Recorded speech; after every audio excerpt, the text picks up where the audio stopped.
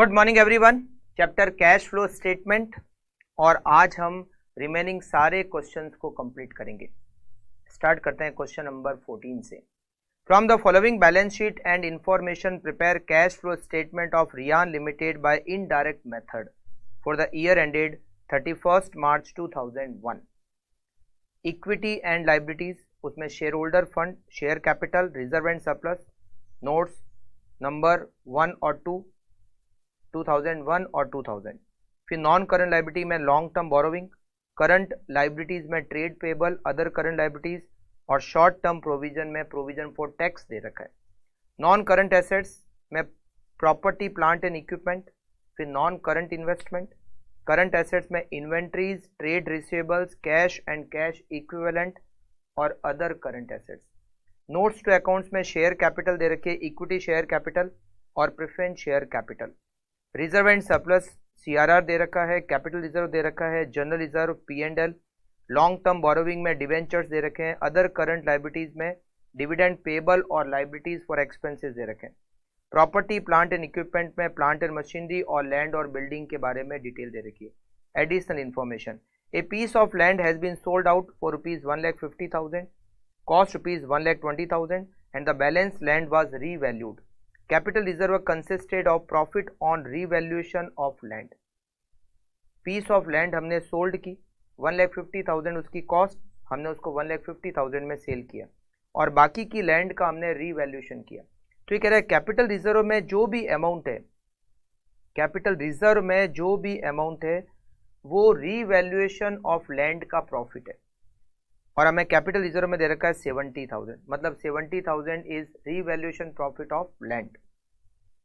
On 1 April 2000 a plant was sold for ₹90,000, उसकी original cost 70,000 और WDV 50,000 and debenture worth ₹1 lakh were issued at par as part consideration for plant of ₹4.5 lakh acquired. हमने एक plant sold किया 90,000 में, उसकी WDV 50,000 और एक प्लांट परचेज किया 4,50,000, उसका जो पेमेंट देना था उसके लिए हमने 1 लाख रुपए के तो डिबेंचर दिए और बाकी का अमाउंट हमने कैश में पे किया होगा। Part of the investment 50,000 was sold for ₹70,000। Pre acquisition dividend received ₹5,000 was adjusted against cost of investment. ये जो प्री एक्विजिशन डिविडेंड होता है ये डिविडेंड इनकम का पार्ट नहीं होता है। आपके शेयर आपने जो खरीदे उससे पहले के टाइम पीरियड का अगर आपको डिविडेंड मिलता है तो वो डिविडेंड इन्वेस्टमेंट अकाउंट के क्रेडिट साइड में आता है, वो डिविडेंड इनकम नहीं होती, प्री एक्विजिशन डिविडेंड। और ये कितना है? 5,000 है। इन्वेस्टमेंट अकाउंट के चैप्टर में दे रखा है कि जो डिविडेंड प्री एक्विजिशन होता है वो इन्वेस्टमेंट अकाउंट के क्रेडिट साइड में आता है, वो डिविडेंड इनकम नहीं होती। Interim dividend was declared and paid at the rate 15% during the current year. Income tax liability for the current year was estimated at ₹135. Depreciation at the rate 15% has been charged on plant and machinery, but no depreciation has been charged on building. सबसे पहले तो एक काम करते हैं, बहुत सारे account हमें बनाने पड़ेंगे तब जाके हम कैश फ्लो स्टेटमेंट आसानी से बना पाएंगे। सबसे पहले तो देखो हमें यहाँ नेट प्रॉफिट नहीं दिया हुआ है, तो नेट प्रॉफिट कैलकुलेट करने के लिए हम बनाते हैं P&L appropriation account. P&L appropriation account by balance brought down. P&L का ओपनिंग बैलेंस हमें दे रखा है, P&L का ओपनिंग बैलेंस हमें दे रखा है 50,000, by balance brought down it is 50,000। हमें क्लोजिंग बैलेंस दे रखा है to balance carried down it is 1 lakh rupees. P&L का ओपनिंग बैलेंस दे रखा है, P&L का हमें क्लोजिंग बैलेंस भी दे रखा है। जनरल रिजर्व का ओपनिंग बैलेंस दे रखा है 250 और क्लोजिंग बैलेंस दे रखा है 150। जनरल रिजर्व 1 लाख रुपए कम हो गया। ये 1 लाख रुपए कम कैसे हो गया? देखो यहाँ पर एक CRR बना हुआ है, हमने यहाँ पर प्रेफरेंस शेयर 2 लाख के थे उनको रिडीम किया होगा। जब हमने प्रेफरेंस शेयर को रिडीम किया होगा तब हमने बदले में 1 लाख रुपए के तो इक्विटी शेयर इशू कर दिया और बाकी का 1 लाख का हमने CRR बनाया होगा। और ये CRR हमने कहाँ से बनाया होगा? जनरल रिजर्व में से बनाया होगा। तो जनरल रिजर्व ये जो 1 लाख रुपए कम हो रहा है ये हमने CRR में ट्रांसफर किए। तो CRR में कहाँ से पैसा आया? जनरल रिजर्व में से पैसा आया। तो जनरल रिजर्व कम हो रहा है, वो CRR में जा रहा है। ठीक है, तो P&L एप्रोप्रिएशन अकाउंट पर उसका कोई इफेक्ट नहीं है। अच्छा, इसके बाद में यहाँ पर हम लिखेंगे to interim dividend. Interim dividend के बारे में पॉइंट नंबर ई में हमें दे रखा है, इंटरिम डिविडेंड 15% की रेट से हमने डिक्लेयर किया और पेड किया। इंटरिम डिविडेंड कहाँ लिखते हैं? P&L एप्रोप्रिएशन अकाउंट में। Equity share capital 6 lakh rupees की है। 6 लाख रुपीज़ का 15% होता है 90,000। हमने 90,000 का डिविडेंड डिक्लेयर किया और पे भी कर दिया। इसके अलावा यहाँ पर कोई प्रपोज डिविडेंड के बारे में कुछ नहीं लिखा हुआ है। एक अदर करंट लायबिलिटीज में डिविडेंड पेबल लिखा हुआ है, मतलब इतना डिविडेंड देना था। 60,000 ओपनिंग में और क्लोजिंग में नील। इसका मतलब है हमने 60,000 का जो लास्ट ईयर का डिविडेंड पेबल था उसका पेमेंट ड्यूरिंग द ईयर किया। ये पेमेंट कहाँ आएगा? फाइनेंसिंग एक्टिविटी में आएगा। ठीक है, चलिए, तो हमें मिल जाएगा नेट प्रॉफिट।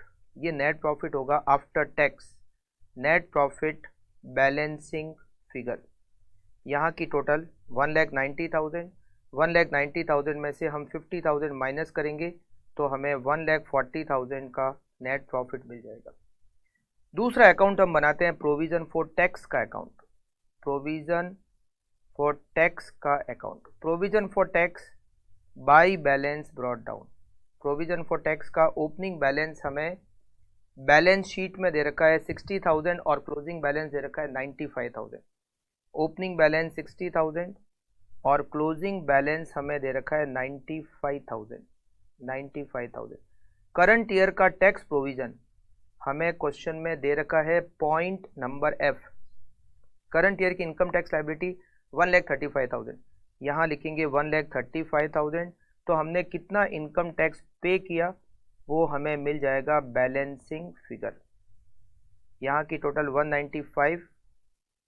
195 में से 95,000 माइनस करेंगे, 1 लाख रुपीज़ हमने इनकम टैक्स का पेमेंट किया। तीसरा अकाउंट हम बनाएंगे प्लांट एंड मशीनरी का account. Plant and machinery account, plant and machinery account to balance brought down. Plant and machinery का ओपनिंग बैलेंस हमें दे रखा है 5 लाख और क्लोजिंग बैलेंस हमें दे रखा है 7,65,000। By balance carried down it is 765। Point number हमें दे रखा है बी। हमने 90,000 में एक प्लांट को सेल किया, उसकी रिटर्न डाउन वैल्यू 50,000 थी, मतलब उसको सेल करने से हमें 40,000 का प्रॉफिट हो गया। तो हम यहाँ लिखेंगे बाय बैंक।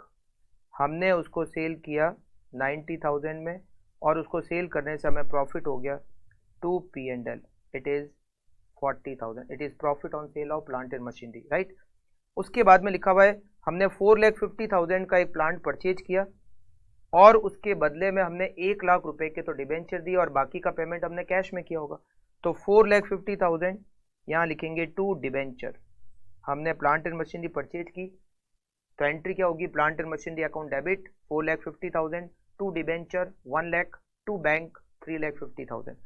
तो हमने 1 लाख रुपीज़ का पेमेंट तो डिबेंचर में किया और हमने बाकी का पेमेंट चेक से किया होगा 3,50,000 रुपीज़ का, राइट। इसके अलावा प्लांट एंड मशीनरी के बारे में कोई डिटेल नहीं। तो यहाँ पर हमें मिलेगा by depreciation balancing figure. By depreciation balancing figure 5 lakh plus 40,000 plus 1 lakh 350 total 9,90,000। 990 में से 90,000 माइनस करेंगे और 765 माइनस करेंगे तो ये 1,35,000 का हमें मिल जाएगा डेप्रीशिएशन। नेक्स्ट अकाउंट हम बनाएंगे land and building account. Land and building account, land और बिल्डिंग अकाउंट में to balance brought down opening balance. Land और बिल्डिंग का ओपनिंग बैलेंस हमें यहाँ पर दे रखा है 1,50,000 rupees, sorry 2 lakh rupees. Land और बिल्डिंग का ओपनिंग बैलेंस हमें दे रखा है 2 लाख और क्लोजिंग बैलेंस हमें दे रखा है 1,50,000।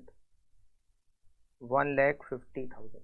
उसके बाद में हमें यहाँ पर लैंड और बिल्डिंग के बारे में एक पॉइंट नंबर ए में दे रखा है। एक लैंड हमने 1,50,000 में सेल की और वो उसकी कॉस्ट थी 1,20,000। कितने में सेल की?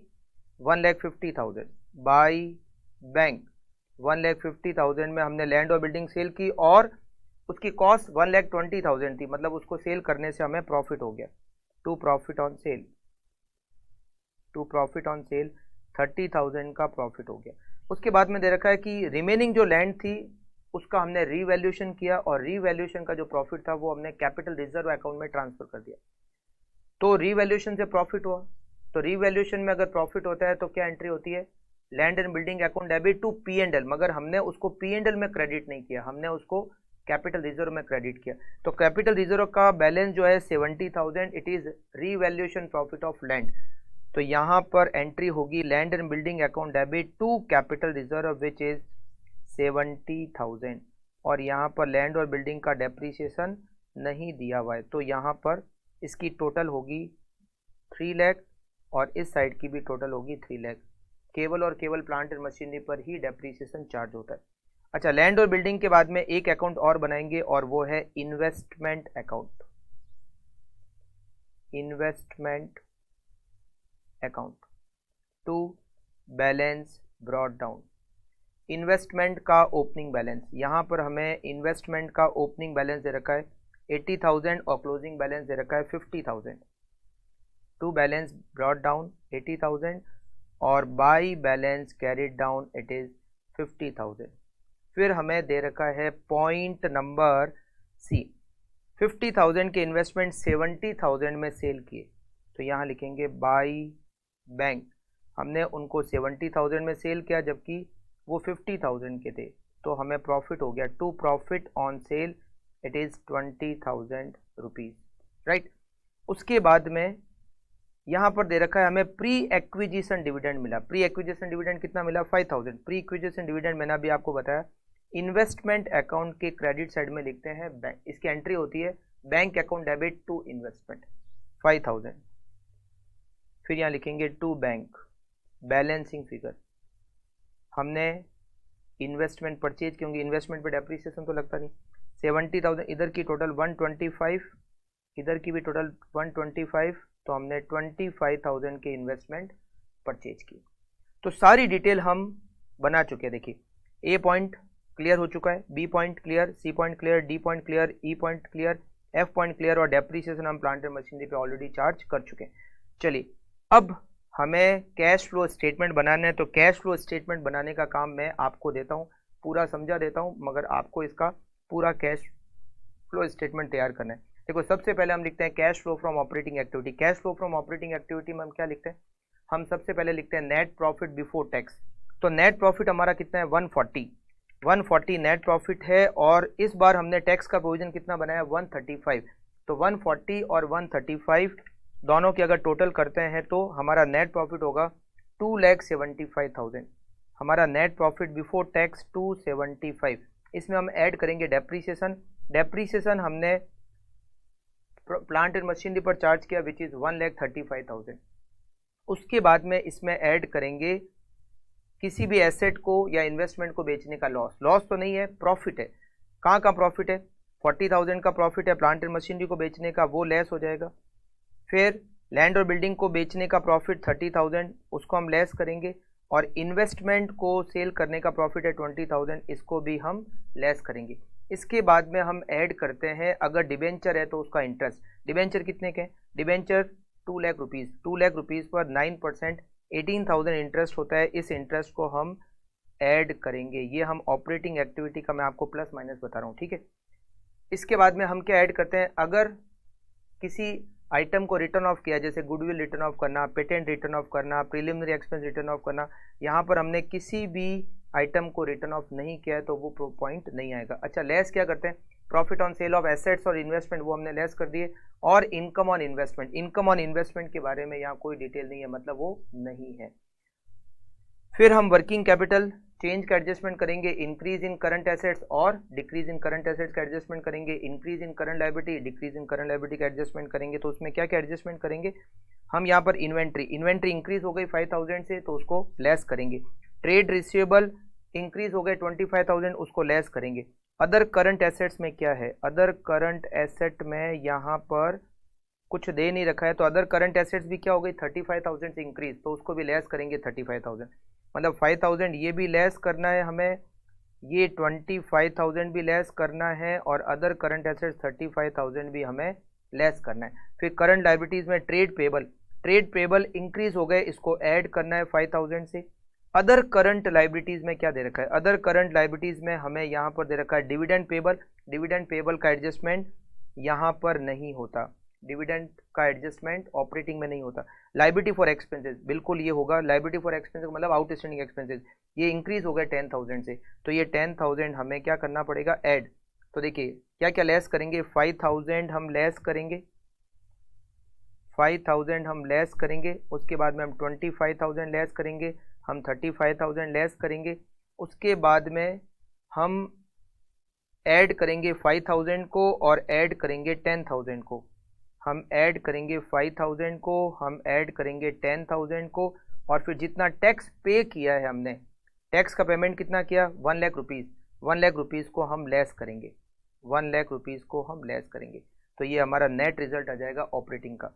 उसके बाद में बात करेंगे इन्वेस्टिंग की। इन्वेस्टिंग में हमने प्लांट एंड मशीनरी सेल की 90,000, ये 150 लैंड और बिल्डिंग को सेल किया, और ये 70,000 को सेल किया, तो 90,000 प्लांट एंड मशीनरी को सेल किया, ये प्लस 1,50,000 हमने लैंड और बिल्डिंग को सेल किया, ये भी प्लस, और 70,000 हमने इन्वेस्टमेंट को भी सेल किया, ये भी प्लस। अच्छा, डिबेंचर के अंदर यहाँ पर डिबेंचर का जो अमाउंट था, डिबेंचर लॉन्ग टर्म बोरोविंग, ये लॉन्ग टर्म बोरोविंग ये नील है, यहाँ पर गलती से ये 2 लाख लिखा हुआ है, इट इज नील। तो डिबेंचर का ओपनिंग बैलेंस नील और क्लोजिंग में है 2 लाख, तो 2 लाख के जो डिबेंचर है उसमें से 1 लाख के डिबेंचर तो हमने प्लांट एंड मशीनरी के बदले में दिए थे, तो जो बाकी के 1 लाख है वो हमने इशू किए होंगे, तो ये हो गया डिबेंचर इशू, ये फाइनेंसिंग में आएगा, है ना, हमने यहाँ पर ये फाइनेंसिंग में आएगा। अच्छा, ये हो गया प्लांट एंड मशीनरी सेल 90,000, ये 1,50,000 प्लांट लैंड और बिल्डिंग का सेल, ये 70,000 इन्वेस्टमेंट का सेल, और ये यहाँ पर हम लिखेंगे वो जो प्री एक्विजिशन डिविडेंड मिला तो था ही, वो इन्वेस्टिंग में आएगा 5,000। अच्छा, इसमें लेस क्या क्या हो गया इन्वेस्टिंग में, हमने प्लांट एंड मशीनरी परचेज की 4,50,000 की, 3,50,000 का पेमेंट हमने चेक से किया, तो 3,50,000। लैंड और बिल्डिंग को हमने परचेज नहीं किया, और हमने इन्वेस्टमेंट को परचेज किया 25,000, और ये हो जाएगी हमारी इन्वेस्टिंग एक्टिविटी। उसके बाद में फाइनेंसिंग एक्टिविटी में इक्विटी शेयर हमारे ओपनिंग में 5 लाख थे, क्लोजिंग में 6 लाख, मतलब 1 लाख रुपीज़ के इक्विटी शेयर हमने इशू किए। प्रेफरेंस शेयर ओपनिंग में 2 लाख के थे, क्लोजिंग में 0 हो गए, मतलब हमने 2 लाख के प्रेफरेंस शेयर रिडीम किए। डिबेंचर ओपनिंग में 0 थे, क्लोजिंग में 2 लाख के हो गए, तो मतलब 2 लाख के डिबेंचर इशू किए, मगर उसके 1 लाख के डिबेंचर हमने प्लांट एंड मशीनरी के बदले में इशू किए, तो 1 लाख रुपए के डिबेंचर हमने कैश में इशू किए, और उस पर 18,000 रुपीज़ का हमने इंटरेस्ट का पेमेंट किया। फिर हमने इंटरिम डिविडेंड का पेमेंट किया, इंटरिम डिविडेंड हमने पे किया, इंटरिम डिविडेंड का पेमेंट किया 90,000 रुपीज़, और एक डिविडेंड पेबल जो लास्ट ईयर डिविडेंड पेबल था, ओपनिंग में तो था मगर क्लोजिंग में 0 हो गया, मतलब हमने इस डिविडेंड पेबल का जो लास्ट ईयर का आउटस्टैंडिंग था हमने ड्यूरिंग द ईयर उसका पेमेंट किया, तो उसको भी हमें यहाँ पर माइनस करना पड़ेगा 60,000, राइट। तो ये हमारा फाइनेंसिंग एक्टिविटी का भी हो जाएगा ऑपरेटिंग, और ये हो जाएगा इन्वेस्टिंग। हमने सारे पॉइंट कवर कर लिए, सारे पॉइंट हमने आई थिंक कवर कर लिए, तो हमारा यहाँ पर इन तीनों का नेट हम कैलकुलेट कर सकते हैं। चलिए नेट कैलकुलेट करते हैं और ओपनिंग क्लोजिंग बैलेंस से इसको मिला लेते हैं, ठीक है। 2,75,000 plus 135 minus 40,000 minus 30,000 minus 20,000 plus 18,000 minus 5,000 minus 25,000 minus 35,000 plus 5,000 plus 10,000 minus 1 lakh, it is 188 plus, okay, then 90,000 plus 1,50,000 plus 70,000 plus 5,000 minus 3,50,000 and minus 25,000, it is negative 60,000, then financing activity 1 lakh minus 2 lakh plus 1 lakh minus 18,000 minus 90,000 and minus 60,000, it is 1,68,000 negative. तो 188 operating, 60,000 investing and 168 financing. इन तीनों का अगर net करें 188 minus 60,000 minus 168, it is 40,000 negative. तो opening cash का balance कितना है? Opening cash का बैलेंस यहाँ पर हमें दे रखा है 90,000 और क्लोजिंग का दे रखा है 50,000. 90,000 ओपनिंग बैलेंस है और क्लोजिंग बैलेंस 50,000 है, मतलब ओपनिंग ज़्यादा है, क्लोजिंग का में तो डिक्रीज हो गया, ये बराबर आपका मैच हो गया. ओके, तो कैश फ्लो स्टेटमेंट पूरे तरीके से आपको बनाना है. चलिए नेक्स्ट देखते हैं. Next question, question number 15. ABC Limited used the balance sheet as on 31st March 2000 and you are required to prepare cash flow statement by indirect method as per accounting standard 3 for the year ended 31st March 2001. ठीक है, आपको यहाँ पर opening ध्यान रखना पहले दिए हुए हैं, क्लोजिंग बाद में दिए हुए हैं. Equity and liability, share holder fund में share capital, reserve and surplus, फिर लॉन्ग टर्म बोरोविंग, फिर करंट लाइबिलिटीज में bank loan, trade payable, other current liabilities, फिर property plant equipment, current investment, inventories, trade receivables, cash and cash equivalent और other current assets में prepaid expenses दे रखे हैं. ये जो लॉन्ग टर्म बोरोविंग का नोट्स नंबर 1 बनाया हुआ है, ये डिवेंचर है और ये डिवेंचर इसका लिखा हुआ है issued at the end of the year. Opening में तो है ही नहीं, क्लोजिंग में 9 लाख है और ये हमने इशू किए at the end of the year, मतलब कुछ भी इंटरेस्ट नहीं बनता है. डिविडेंड पेबल ओपनिंग में निल है और ओपनिंग में 150 और क्लोजिंग में निल है, तो मतलब हमने डिविडेंड जो लास्ट ईयर का था उसका पेमेंट किया, फाइनेंसिंग एक्टिविटी में माइनस करना है. Liabilities for expenses, outstanding expenses वो करंट लाइबिलिटी में लेंगे. Plant and machinery, property plant में केवल एक ही एसेट है प्लांट एंड मशीनरी, ओपनिंग उसका डेप्रीसिएशन और ये दे रखा है, प्लांट एंड मशीनरी दे रखा है. ट्रेड पेबल, ट्रेड रिसीवेबल, उसमें gross amount less provision for bad debts और ये नेट अमाउंट. ये जो ट्रेड रिसीवेबल में प्रोविजन फॉर बैड डेट्स और ये दे रखा है ना, इसका एक सीधा सा हिसाब किताब ये कर सकते हैं कि जब हम ऑपरेटिंग एक्टिविटी लिखते हैं तो ऑपरेटिंग एक्टिविटी में हम इंक्रीज डिक्रीज जो लिखते हैं तो डेटर का नेट अमाउंट का भी कर सकते हैं, मतलब after provision for bad dates. अगर ऐसा करते हैं तो फिर प्रोविजन फॉर बैड डेट्स के कोई एडजस्टमेंट की हमें जरूरत है भी नहीं. Addition information, net profit after charging depreciation ₹1040, depreciation दे रखा है, नेट प्रॉफिट और नेट प्रॉफिट दे रखा है और डेप्रीसिएशन भी दे रखा है 180 का. Total receivable of ₹230 were determined to be worthless, मतलब बैड डेट्स, और ये बैड डेट्स हमने प्रोविजन फॉर बैड डेट्स में राइट ऑफ किया. मैंने आपको कहा कि जब आप ये डेटर को अगर आप नेट ले लो तो आपको फिर कोई एडजस्टमेंट करने की, ये बैड डेट्स का, प्रोविजन फॉर बैड डेट्स का, ये सब एडजस्टमेंट करने की जरूरत ही नहीं पड़ेगी. चलिए, टैक्स है ही नहीं इस क्वेश्चन में. इस क्वेश्चन में कहीं भी प्रोविजन फॉर टैक्स का बैलेंस नहीं दिया हुआ है और कुछ डिटेल भी नहीं दे रखी है, मतलब टैक्स है ही नहीं. तो नेट प्रॉफिट तो दे रखा है, तो सीधा हम कैश फ्लो फ्रॉम ऑपरेट, अच्छा अकाउंट बना लेते हैं. टैक्स का अकाउंट है नहीं, P&L अप्रोप्रिएशन की कोई जरूरत नहीं क्योंकि नेट प्रॉफिट दिया हुआ है. और हमें यहाँ पर प्लांट एंड मशीनरी का अकाउंट बनाना पड़ेगा और किसका अकाउंट बनाना पड़ेगा, करंट इन्वेस्टमेंट का अकाउंट बनाना पड़ेगा, और कोई अकाउंट बनाने की हमें ज़रूरत है नहीं. तो सबसे पहले बनाते हैं plant and machinery account, plant and machinery account to balance brought down. ये net after depreciation it is 21,20,000 to, अच्छा सबसे पहले यहाँ लिखते हैं बाई डेप्रीसिएशन. बाई डेप्रीसिएशन दे रखा है 1,80,000 और यहाँ लिखेंगे by balance carried down. Closing balance हमें दे रखा है 32,80,000. तो यहाँ आएगा टू बैंक बैलेंसिंग फिगर. कोई भी प्लांट एंड मशीनरी सेल की ऐसी कोई डिटेल हमें क्वेश्चन में नहीं दे रखी है. 32,80,000 प्लस 1,80,000 इट इज़ 34,60,000.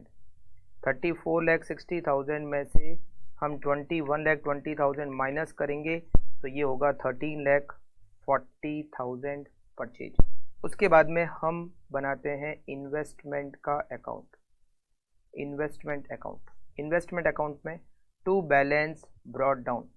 इन्वेस्टमेंट हमें ओपनिंग दे रखे हैं 11,80,000 और क्लोजिंग बैलेंस हमें इन्वेस्टमेंट का दे रखा है 15 लाख। अच्छा, कोई भी सेल परचेज के बारे में डिटेल नहीं है, इस पर डेप्रीसिएशन भी नहीं होता। तो to bank balancing figure it is 3,20,000 rupees investment purchase, total 15 lakh, total 15 lakh. और अब हम सीधा कैश फ्लो स्टेटमेंट बना सकते हैं।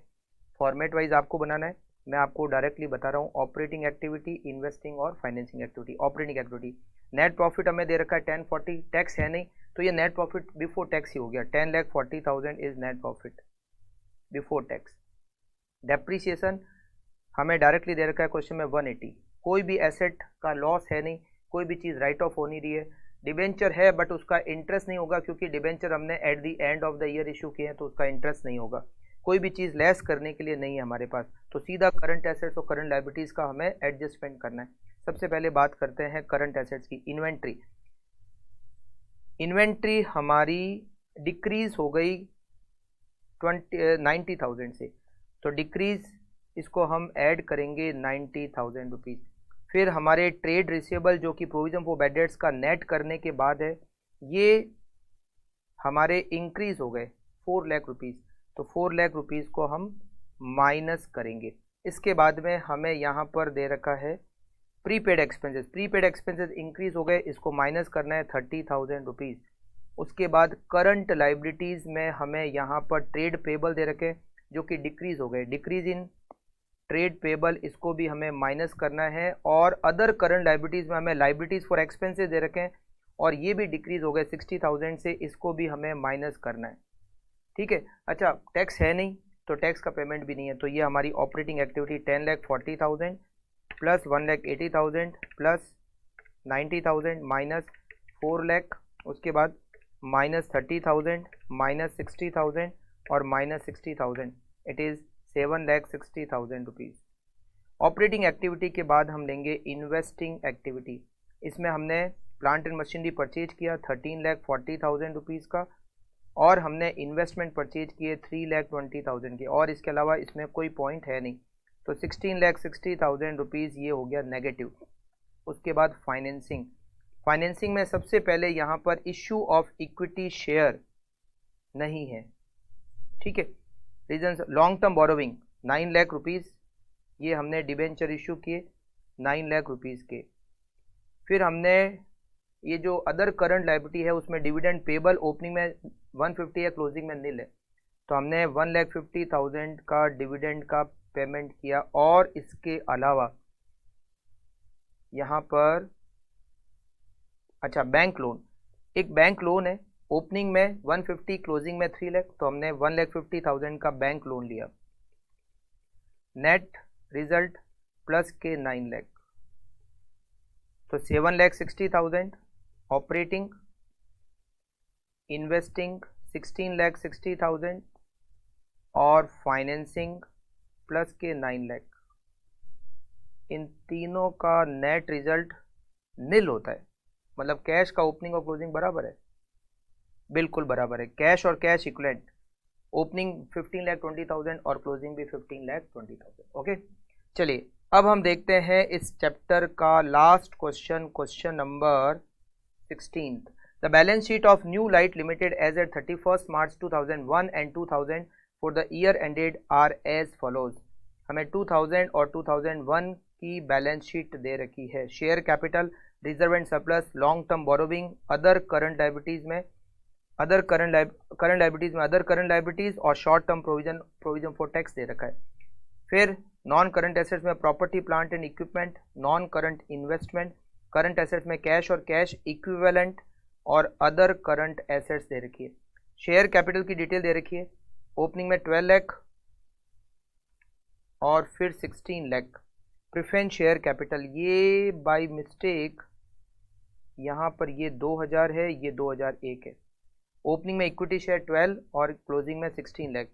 फिर प्रेफरेंस शेयर ओपनिंग में 4, क्लोजिंग में 280, तो 16 लाख ओपनिंग और क्लोजिंग में 18,80,000, राइट। उसके तो देखो इक्विटी शेयर तो 4 लाख के हमने इशू किए और प्रेफरेंस शेयर 1,20,000 के हमने रिडीम किए। रिजर्व एंड सरप्लस में हमें जनरल रिजर्व दे रखा है, P&L अकाउंट दे रखा है। लॉन्ग टर्म बोरोविंग में हमें डिबेंचर दे रखे हैं जो कि ओपनिंग में 4 लाख है, क्लोजिंग में 280 हो गए। अदर करंट लायबिलिटीज में डिविडेंड पेबल का वही सेम पॉइंट है, इसमें हमें ओपनिंग में दे रखा है और क्लोजिंग में नील दे रखा है। करंट लायबिलिटीज 480 और 520। Property plant and equipment, plant and machinery दे रखी है और लेस डेप्रीसिएशन दे के हमें नेट अमाउंट भी दिया हुआ है और ये एक्यूमुलेटेड डेप्रीसिएशन हमें दे रखा है। Additional information, the company sold one property plant and equipment for ₹1 lakh जिसकी कॉस्ट 2 लाख थी और उस पर 80,000 का डेप्रीसिएशन हम ऑलरेडी चार्ज कर चुके थे। The company also decided to write off another item of property plant and equipment costing ₹56,000 on which depreciation 40,000 has been provided। एक एसेट, एक प्लांट एंड मशीनरी हमने सेल की और एक प्लांट एंड मशीनरी को हमने राइट ऑफ किया, ठीक है। Depreciation on property plant and equipment provided ₹3,60,000, हमने प्लांट और इक्विपमेंट पर इस बार 3,60,000 का डेप्रीसिएशन चार्ज किया। कंपनी सोल्ड सम इन्वेस्टमेंट और इन्वेस्टमेंट को सेल करने से 40,000 का प्रॉफिट हुआ। डिबेंचर और प्रेफरेंस शेयर को हमने रिडीम किया है 5% प्रीमियम पर। डिबेंचर व redeem at the and year and, debenture को हमने ईयर एंड पर रिडीम किया, मतलब हम जो इंटरेस्ट देंगे डिबेंचर पर वो ओपनिंग वैल्यू पर देंगे, right. Company decided to value inventory at cost, company ने डिसाइड किया है कि इन्वेंट्री को कॉस्ट पे वैल्यू करना है, where as previously the practice was to value inventory at cost less 10%, जबकि हम पहले इन्वेंट्री का वैल्यूएशन कॉस्ट में से 10% कम करके करते थे। The inventory according to books on 31 March 2000 was ₹2,16,000, opening inventory 216, closing inventory 3 lakh जिसका करेक्टली वैल्यूएशन किया गया। तो ओपनिंग जो इन्वेंट्री है 2,16,000 उसका गलत वैल्यूएशन किया गया, तो हमें उसको सही करना पड़ेगा। 2,16,000 और ये कॉस्ट का 90% है, तो कॉस्ट कितनी है, इसकी कॉस्ट है 2,40,000 जबकि हमने वैल्यूएशन किया है 2,16,000, मतलब हमने 24,000 से इन्वेंट्री का वैल्यूएशन कम किया। तो क्या करेंगे हम, इन्वेंट्री ओपनिंग जो है वो 24,000 से बढ़ा देंगे। ओपनिंग जो इन्वेंट्री है उसको हम 24,000 रुपीज से इंक्रीज कर देंगे।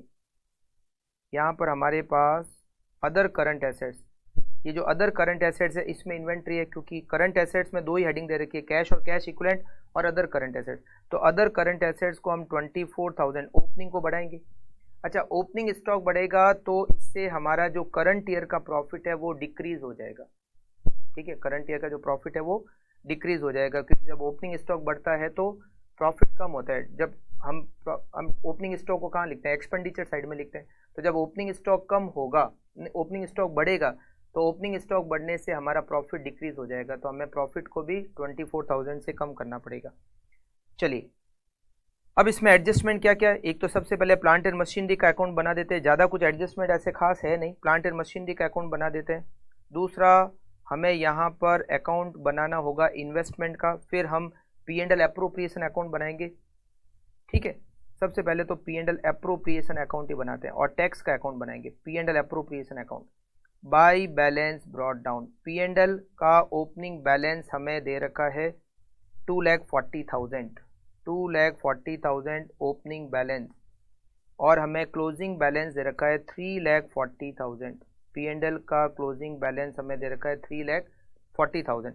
इसके बाद में हम यहाँ पर रिडीम करेंगे, ये डिबेंचर और प्रेफरेंस शेयर को हम रिडीम कर रहे हैं प्रीमियम पर, तो उसका प्रीमियम भी हम P&L एप्रोप्रिएशन से ही चार्ज करेंगे। अच्छा, जनरल रिजर्व में से भी चार्ज कर सकते हैं, वैसे यहाँ पर जनरल रिजर्व 6 लाख से 760 हुआ है, तो हम P&L से चार्ज कर देते हैं।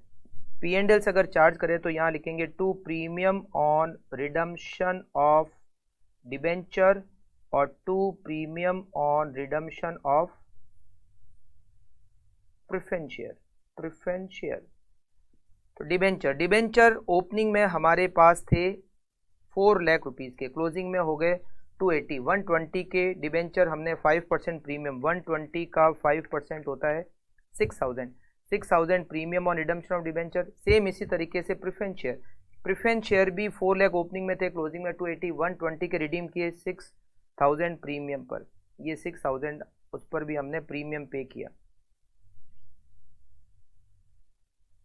डिविडेंड, करंट ईयर का डिविडेंड के बारे में क्वेश्चन में कुछ नहीं लिखा हुआ है, डिविडेंड के बारे में कोई पॉइंट है भी नहीं, ठीक है। अच्छा, ये जो प्रेफरेंस शेयर है ये 10% रेट के हैं, हमें ये नहीं दिया हुआ कि प्रेफरेंस शेयर हमने कब रिडीम किया, तो हम ये एज्यूम करेंगे प्रेफरेंस शेयर हमने ईयर स्टार्टिंग में ही रिडीम कर लिए। तो ये जो क्लोजिंग में प्रेफरेंस शेयर है उस पर हमें डिविडेंड देना पड़ेगा 2,80,000 का 10% 28,000। तो यहाँ लिखेंगे to preference dividend it is 28,000। अच्छा, जनरल रिजर्व में ओपनिंग बैलेंस 6 लाख और क्लोजिंग बैलेंस 760, तो हमने जनरल रिजर्व में भी 1,60,000 ट्रांसफर किए। तो यहाँ पर हम लिखेंगे टू जनरल रिजर्व 1,60,000 और फिर आएगा by net profit balancing figure 1,60,000 plus 6,000 plus 6,000 plus 28,000 plus 3,40,000 total 5,40,000। 540 में से 240 माइनस करेंगे तो हमारा नेट प्रॉफिट आफ्टर टैक्स हमें मिलेगा 3 लाख रुपीज़। अच्छा, इसके बाद में हम यहाँ लिखेंगे provision for tax account. Provision for tax account, provision for tax account का हमें ओपनिंग बैलेंस दे रखा है और हमें क्लोजिंग बैलेंस दे रखा है टू बैलेंस CD और by balance BD। Opening balance हमें दे रखा है 360, क्लोजिंग बैलेंस हमें दे रखा है 340। 360 ओपनिंग बैलेंस, 340 क्लोजिंग बैलेंस। इसके अलावा टैक्स के बारे में और कोई क्वेश्चन में डिटेल नहीं दे रखी है, तो हम ये एज्यूम करते हैं कि जो ओपनिंग है इसका हमने पेमेंट कर दिया टू बैंक, 3,60,000 का हमने पेमेंट कर दिया। और ये जो क्लोजिंग है 340, ये हमने करंट ईयर में प्रोविजन बनाया है, मतलब बाई P&L। अगर कुछ डिटेल नहीं दे रखी होती तो प्रोविजन फॉर टैक्स का ओपनिंग बैलेंस हमने ड्यूरिंग द ईयर पे कर दिया और जो क्लोजिंग बैलेंस है उसका प्रोविजन हमने ड्यूरिंग द ईयर बनाया है। ठीक है, चलिए ये तो हो गया हमारा टैक्स का अकाउंट और P&L अप्रोप्रिएशन अकाउंट। अब हम बनाते हैं तीसरा अकाउंट और वो है प्लांट एंड मशीनरी। यहाँ प्लांट एंड मशीनरी और उसका एक्यूमुलेटेड डेप्रिसिएशन दे रखा है, तो हम यहाँ पर बनाएंगे प्लांट एंड मशीनरी अकाउंट और हम बनाएंगे यहाँ पर provision for depreciation account. Plant and machinery का ओपनिंग बैलेंस हमें दे रखा है 32 lakh, to balance brought down, to balance brought down 32 lakh और क्लोजिंग बैलेंस हमें प्लांट एंड मशीनरी का दे रखा है 38 लाख। तो हम यहाँ लिखेंगे by balance CD 38 lakh. Provision for depreciation का ओपनिंग बैलेंस हमें दे रखा है by balance brought down. Provision for depreciation opening balance दे रखा है 920 और क्लोजिंग बैलेंस हमें दे रखा है टू बैलेंस CD 11,60,000, 11,60,000। अच्छा, फिर हमें दे रखा है C पॉइंट में इस बार हमने प्लांट एंड मशीनरी पर 3,60,000 का डेप्रिसिएशन चार्ज किया, तो प्रोविजन फॉर डेप्रिसिएशन में लिखेंगे by depreciation it is 3,60,000 during the year का डेप्रिसिएशन। हमने एक प्लांट एंड मशीनरी को सोल्ड किया 1 लाख में, उसकी कॉस्ट 2 लाख थी और उस पर डेप्रिसिएशन था 80,000। तो हम यहाँ पर प्रोविजन फॉर डेप्रिसिएशन में लिखेंगे टू प्लांट एंड मशीनरी 80,000। एक प्लांट एंड मशीनरी हमने सोल्ड की जिस पर हम ऑलरेडी 80,000 का डेप्रिसिएशन चार्ज कर चुके थे, तो यहाँ लिखेंगे टू प्लांट एंड मशीनरी और यहाँ आएगा by provision for depreciation it is 80,000। हमने उस प्लांट एंड मशीनरी को कितने में सेल किया? By bank. हमने उस प्लांट एंड मशीनरी को सेल किया 1 लाख रुपीज़ में।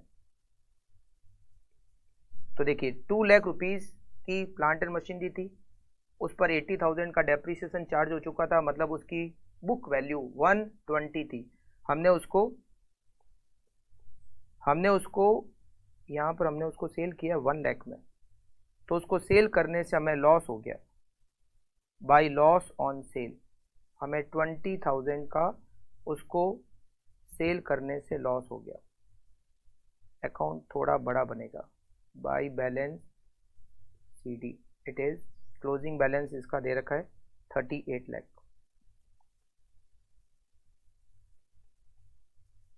एक एसेट यहाँ पर हमने सेल की जिसकी कॉस्ट 2 लाख, उस पर 80,000 का डेप्रिसिएशन चार्ज हो चुका था, मतलब उसकी WDV 120, हमने उसको 1 लाख में सेल किया तो 20,000 का लॉस हो गया।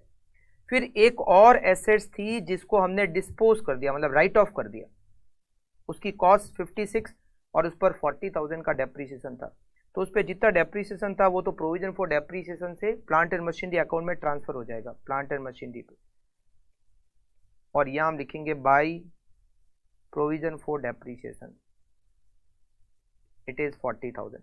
वो कितने की थी एसेट? 56,000 की।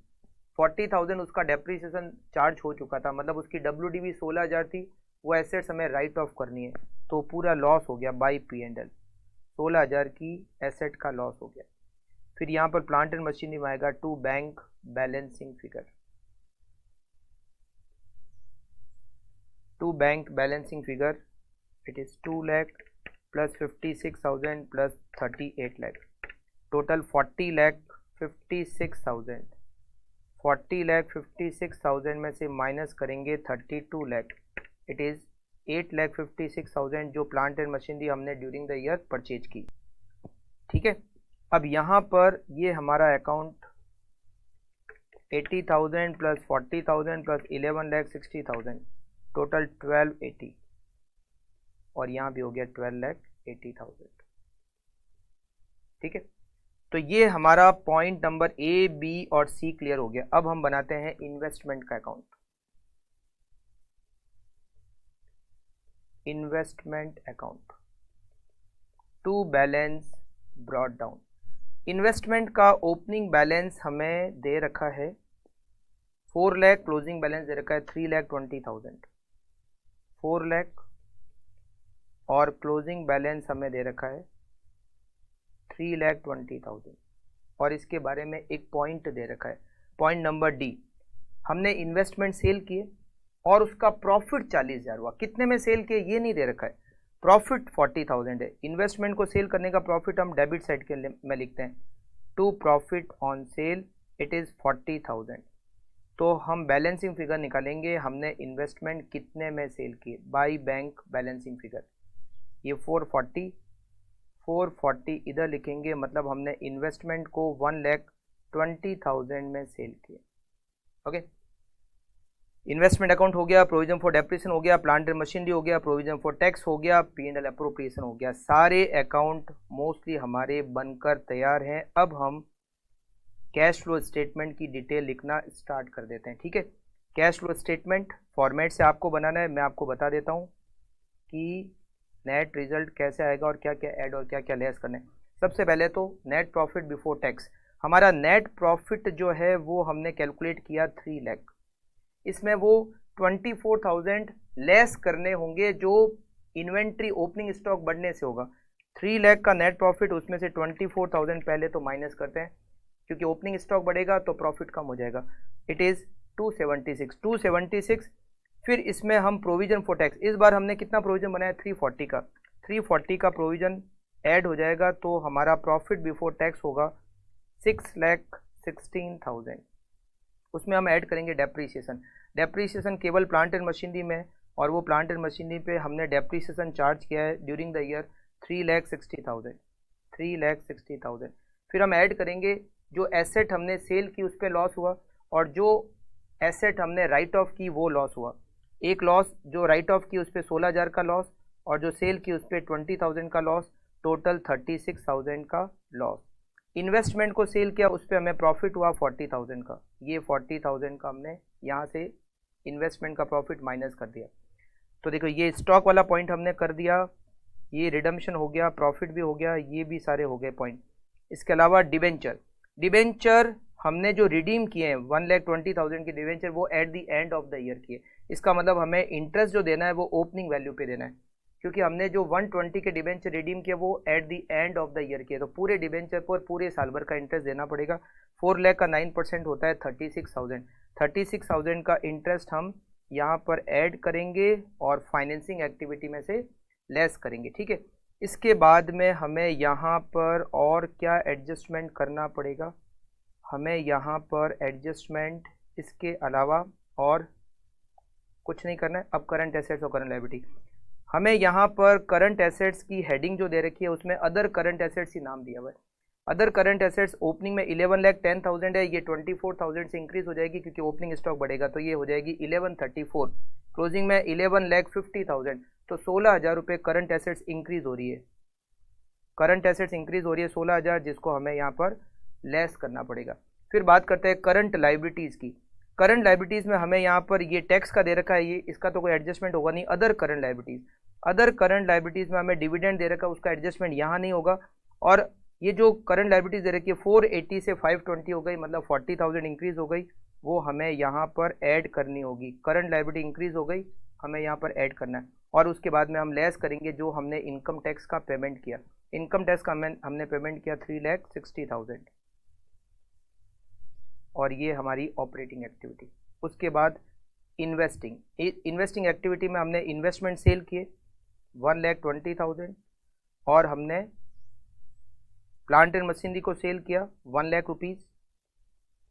हमने प्लांट एंड मशीनरी को परचेज किया 856, और इन तीनों का नेट रिजल्ट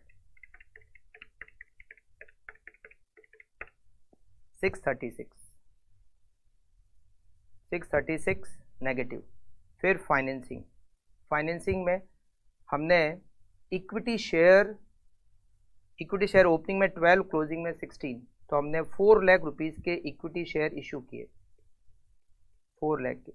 फिर हमने 1,20,000 के प्रेफरेंस शेयर रिडीम किए 6,000 रुपीज़ प्रीमियम पर, तो 1,26,000 प्रेफरेंस शेयर का रिडम्पशन, 1,26,000 डिबेंचर का रिडम्पशन, 120 प्लस 6,000 उस पर भी हमने प्रीमियम दिया। फिर हमने 36,000 रुपीज़ इंटरेस्ट ऑन डिबेंचर का पेमेंट किया। फिर हमने डिविडेंड का पेमेंट किया, जो ओपनिंग में आउटस्टैंडिंग था 120, क्लोजिंग में 0 हो गया, तो हमने इस डिविडेंड का पेमेंट किया 1,20,000 रुपीज़। और इसके अलावा कौन सा पॉइंट आएगा इसमें, डी सी सारे पॉइंट हो गए। उसके बाद में अगर हम चेक करें, लॉन्ग टर्म बोरोइंग डिबेंचर हो गया, फिर शेयर कैपिटल हो गया, अदर करंट लायबिलिटी, ये भी सारे पॉइंट हो गए, प्रॉपर्टी प्लांट इन्वेस्टमेंट के सारे पॉइंट हो गए, अदर करंट एसेट्स। और अब इसका हम निकाल लेते हैं तीनों का net result. Operating activity 6,16,000 plus 3,60,000 plus 36,000 minus 40,000 minus 36,000, 6,16,000 plus 3,60,000 plus 36,000 minus 40,000 plus 36,000 minus 16,000 plus 40,000 minus 3,60,000, it is 6,72,000 plus, then 4 lakh minus 126 minus 126 minus 36 minus 120, 8,000।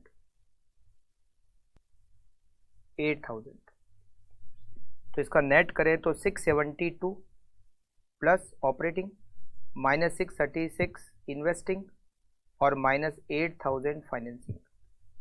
तो 672 माइनस 636 एंड माइनस 8,000, ये 28 प्लस आ रहे हैं, जबकि यहाँ पर कैश का ओपनिंग और क्लोजिंग बैलेंस बराबर है, तो कुछ आना नहीं चाहिए।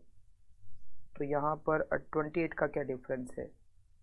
अच्छा, प्रेफरेंस डिविडेंड, हमने प्रेफरेंस डिविडेंड पेड किया, हमने प्रेफरेंस डिविडेंड पेड किया था 28,000 का। ये फाइनेंसिंग में लिखेंगे 28,000 माइनस 28,000, तो ये हो जाएगा 36,000 माइनस के 36,000 माइनस, तो ये होगा माइनस का 36,000 और ये हो जाएगा नील। ऑपरेटिंग इन्वेस्टिंग फाइनेंसिंग का नेट नील, ओपनिंग 10,000 क्लोजिंग भी 10,000, राइट। तो ये हमारा सॉल्व हो जाएगा क्वेश्चन नंबर 16। तीनों क्वेश्चन के कैश फ्लो स्टेटमेंट बनाना पूरा तरीके से फॉर्मेट से वो आपको बनाना है। मैंने आपको बता दिया क्या क्या प्लस और क्या क्या माइनस, हमने वो पूरा मैच कर लिया, ठीक है। तो ये हमारे सारे क्वेश्चन कैश फ्लो स्टेटमेंट के कंप्लीट हो गए और हमारा ये चैप्टर भी कंप्लीट हो गया। मिलते हैं नेक्स्ट चैप्टर में। Okay, thank you, take care.